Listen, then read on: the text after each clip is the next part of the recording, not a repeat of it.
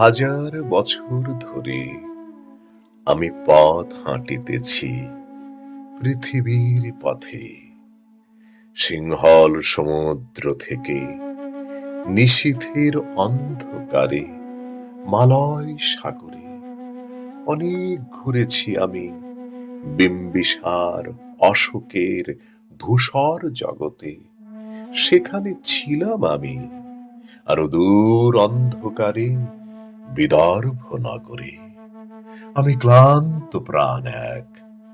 চারিদিকে জীবনের সমুদ্র সফেন আমারে দুদণ্ড শান্তি দিয়েছিল নাটোরের বনলতা সেন।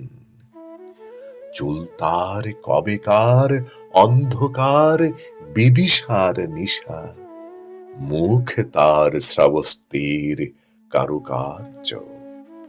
অতি দূর সমুদ্রের পর আল ভেঙে যে নাবিক হারায়েছে দিশা, সবুজ ঘাসের দেশ যখন সে চোখে দেখে দারুচিনি দ্বীপের ভিতর, তেমনি দেখেছি তারে অন্ধকারে। বলেছে সে, এতদিন কোথায় ছিলেন?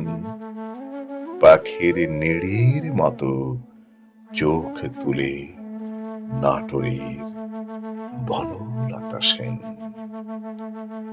সমস্ত দিনের শেষে শিশিরের শব্দের মতন সন্ধ্যা আসে। ডানার রৌদ্রের গন্ধ মুছে ফেলে চিল।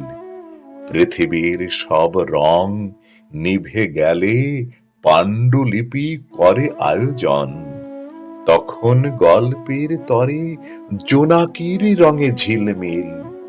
সব পাখি ঘরে আসে, সব নদী ফুরায় জীবনের সব লেনদেন।